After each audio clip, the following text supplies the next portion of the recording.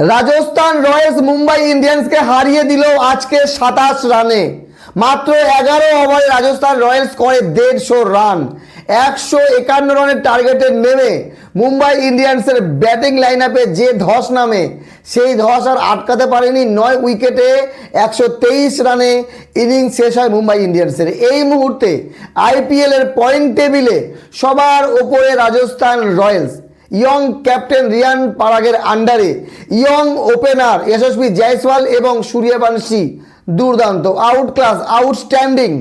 আজকের ম্যাচের player of the match যশস্বী জয়সওয়াল 77 এবং সূর্যবংশী 39 করে। চিন্তা করেন, আর কাদের এগেনস্টে?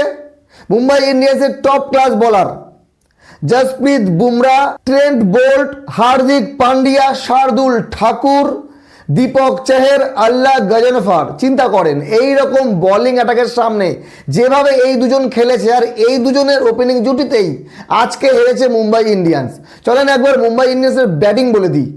রিকিলটন 8, রোহিত শর্মা 5, সূর্যকুমার যাদব 6, তিলক বর্মা 14, হার্দিক পান্ডিয়া 9। চিন্তা করেন টিম ইন্ডিয়ার এত বড় বড় ব্যাটসম্যান এবং রিকিলটন দুর্দান্ত ব্যাটসম্যান, তারপরেও রাদারফোর্ড এবং নামানধীর 25 করেছে। আর যদি বলি এইদিকে বোলিং মুম্বাই ইন্ডিয়ান্সের, আল্লাহ গজনফার 2 ওভারে 21 রান, দীপক চেহের 1 ওভারে 22 রান, জসপ্রীত বুমরা 3 ওভারে 32, তাও কিছুটা কম, কিন্তু প্রথম ওভারে 16 রান দিয়েছিল। বৈভব সূর্যবংশী 2 6 মেরেছিল।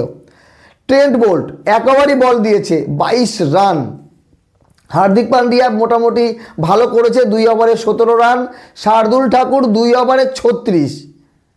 তো এইরকম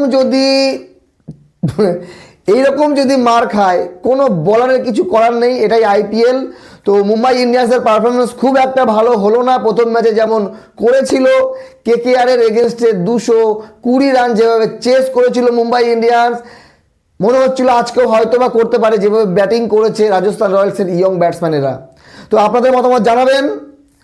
আরও একবার মুম্বাই ইন্ডিয়ান্সকে হারিয়ে রাজস্থান রয়্যালস প্রুভ করে দিল মনের আত্মবিশ্বাস থাকলে যে কোনো দল নিয়ে জেতা যায় এবং পয়েন্ট টেবিলের টপে আছে। কতদিন থাকবে কেউ জানে না, তবে যেভাবে সূর্যবংশী এবং জয়সওয়াল খেলছে মনে হচ্ছে রাজস্থান রয়্যালস অনেক দূর অবধি যাবে। কত দূর যাবে সেটা আপনারা কমেন্ট করে জানাবেন। আগামীকাল মানে আজকেই গুজরাট এবং দিল্লি ক্যাপিটালসের ম্যাচ।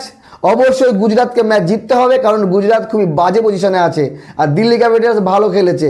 যাই হোক বন্ধুগণ, ভালো থাকবেন সবাই। রাজস্থান রয়্যালস সেরা পারফরমেন্স দিচ্ছে, সেরা।